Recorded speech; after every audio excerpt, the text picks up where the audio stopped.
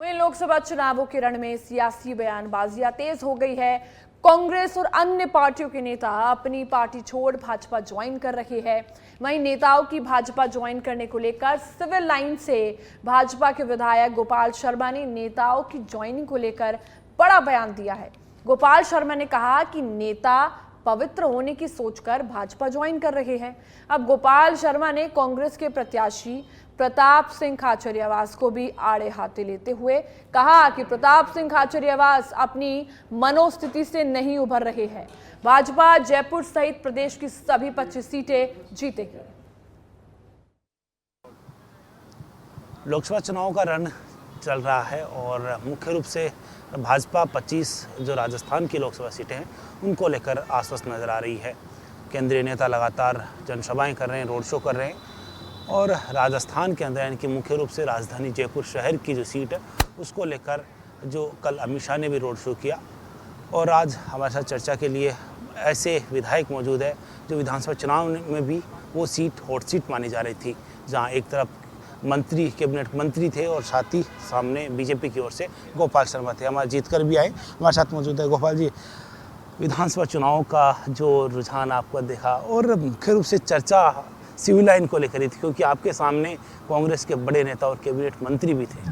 और इस बार किस तरह से देखते हैं ये सिविल लाइन विधानसभा में किस तरह से वोटिंग होगी जो बीजेपी के पक्ष में जाएगी? देखिए, कैबिनेट मंत्री बनना तो भाग्य की बात है और बड़ा होना सौभाग्य की बात है। व्यक्ति बड़ा कभी पद से नहीं होता। बड़ा व्यक्ति होने के लिए त्याग, तपस्या और समर्पण और श्रद्धा की प्रतिमूर्ति बनना पड़ता है। बड़े तो मदन मोहन मालवीय थे, राजेंद्र प्रसाद थे, सुभाष चंद्र बोस थे, भगत सिंह थे, ये लोग बड़े थे।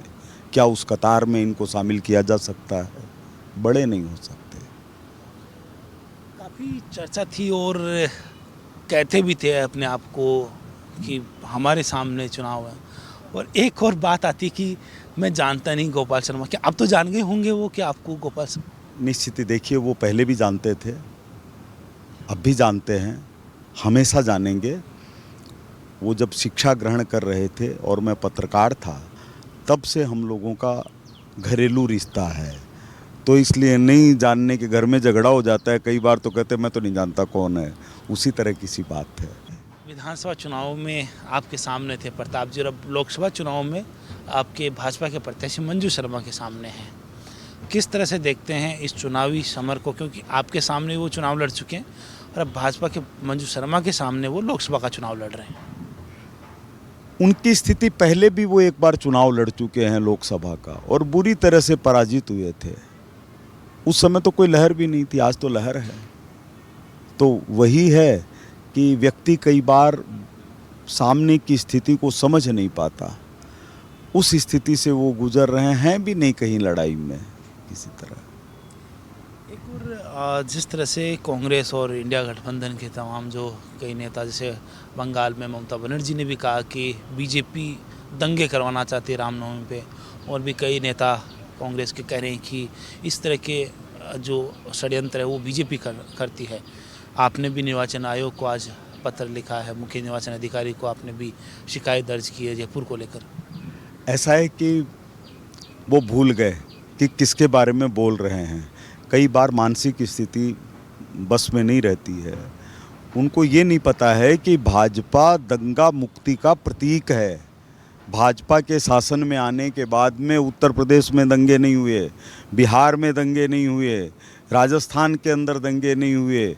ऐसे बहुत सारे राज्य हैं, ज़्यादातर राज्य हैं जहां पर दंगे होने बंद हो गए। तो भाजपा तो दंगा मुक्ति की दिशा में चलने वाली पार्टी है। हम कैसे दंगा चाहेंगे?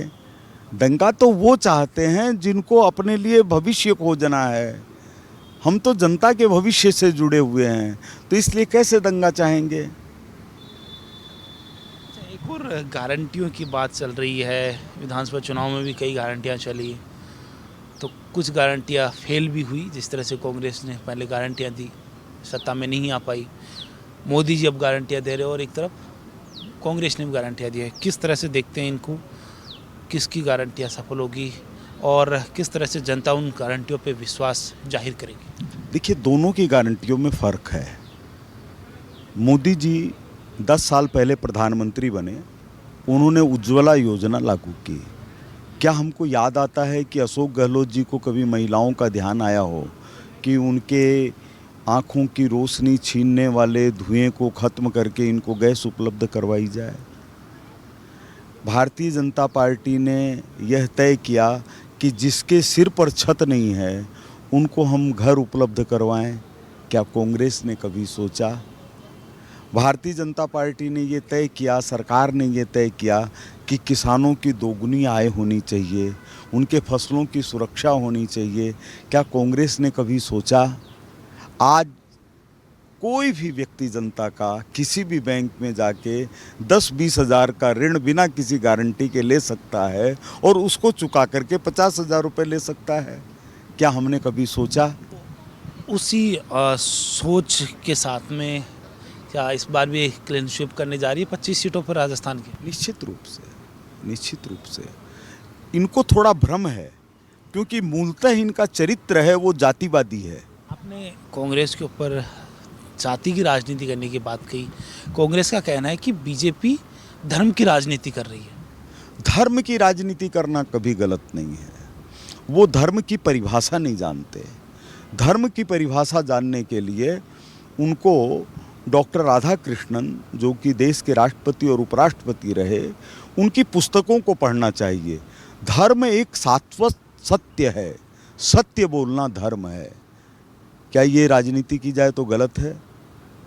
चोरी नहीं करना धर्म है, झूठ नहीं बोलना धर्म है। तो ये सब जो चीज़ें हैं, भाजपा उस धर्म की बात करती है। ये पूजा पद्धति को धर्म के रूप में सोचते हैं, वैसा नहीं है। हमारे यहाँ रहने वाला कोई आर्य समाजी होकर के कहेगा मैं मूर्ति पूजा को नहीं मानता हूँ, कोई कहेगा नहीं मैं तो गोविंद देव जी के दर्शन किए बिना भोजन ही नहीं करता हूँ। तो धर्म को ये समझते नहीं हैं। धर्म के रास्ते पे, सच्चाई के रास्ते पे, उस पे चलने वाले लोगों को ही बीजेपी इस बार शामिल कर रही है क्या? नहीं, ऐसा नहीं होता, ऐसा नहीं होता। सबसे पहले तो आप ये समझिए, भारतीय संस्कृति का मूल है सत्यम वद धर्मम चर, सत्य बोलो धर्म पर चलो। और दूसरा, भाजपा के शामिल होने का, जो भाजपा में शामिल होने का या उनको लाने का, उसके लिए अपने को ये देखना चाहिए कि जैसे कहीं भी पीड़ा उत्पन्न हो जाए, बाढ़ आ जाती है, अकाल पड़ जाता है, तो क्या सहायता देने वाले लोग ये देखें कि ये किस परिवार के हैं, किस जाति के हैं, किस आरोप के हैं, किसके क्या हैं। इस समय देश के लिए एकजुट होने का सवाल है। गंगा जी में नहाने से पहले ये बताओ कि पवित्र हो कि नहीं हो। पवित्र करने के लिए गंगा जी में जाते हैं, पवित्र होने के लिए जाते हैं, तो क्या पवित्र होने के लिए बीजेपी में आ रहे हैं? हाँ, हो सकता है ऐसा सोच हो, क्योंकि इसमें भारतीय भी है, इसमें जनता भी है, इसमें पार्टी भी है। और कांग्रेस के जो जन्मदाता हैं वो ह्यूम, उन्होंने 5 क्रांतिकारियों को फांसी देने का काम पहले किया था कलेक्टर के रूप में, उसके बाद कांग्रेस की स्थापना की थी। तो उनका जो विगत है वह भारत की स्वतंत्रता के विरोधी ब्रिटिश राज से जुड़े हुए एक व्यक्ति के जन्म से लेकर के है, उनके जन्म देने से लेकर के है।